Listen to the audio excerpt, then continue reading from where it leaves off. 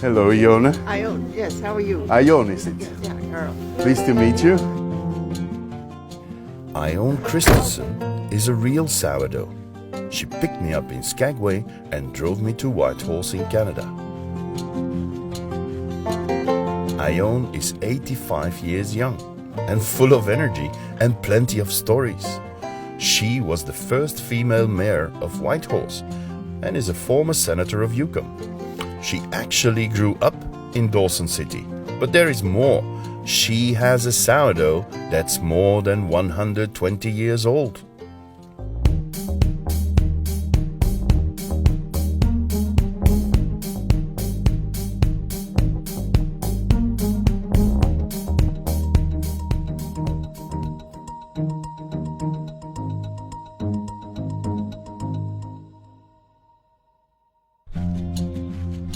Ione invited me for breakfast the next day to tell me more about her special sourdough. Ah, Karl, good to see you. Good to see you again, Ione. To my surprise, there is a film crew from CBC News there to welcome us. The quest for sourdough is clearly bigger news than expected in Canada. After they've interviewed us, it's time to discover what Ione is preparing for me. This is our sourdough starter. I keep it in the fridge in this little thing. Always been kept it in there. This is the one. I have it on there. It says, don't throw out, because when you're away on holidays, people look at that and they think, ugh. What is it? What is it? It's something horrible, some scientific experiment, and they throw it out. So I have kept it that way. This is the nose. This is like the wine tasting, you know, smelling. Good? Wow, it's salty. That's because I put salt in it already. Ah. Once I start baking, I start putting stuff in. And I usually put my salt in first, because otherwise, at my age, I forget. And it tastes terrible. So first of all, now I'm going to have to whip up the eggs and then take my beater and go at, and then mix it all into here.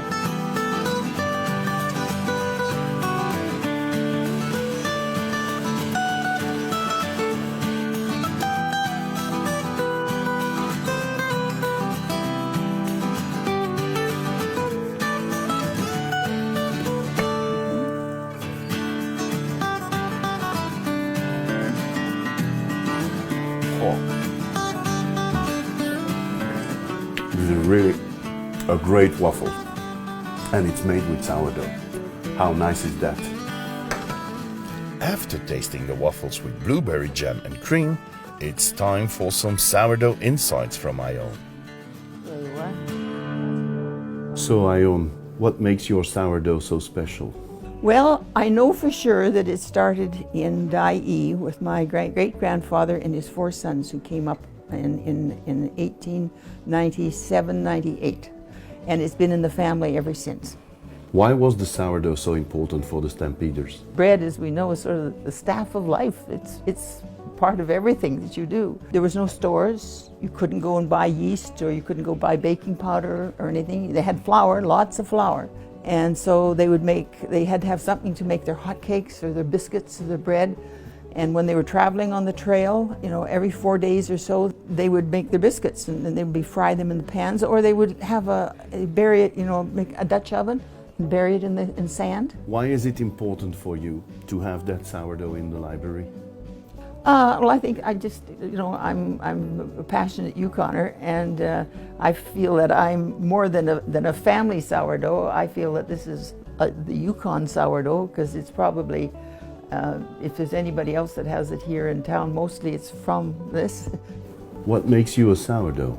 What makes me a sourdough is I was fortunate enough to have my great-grandfather come in with his family. 4th generation, my children are 5th, and my grandson is 6th, so we're all in the Yukon. We don't want to go anywhere else. Let's drink to that. Aye, definitely. Here's to our sourdough. Thank you.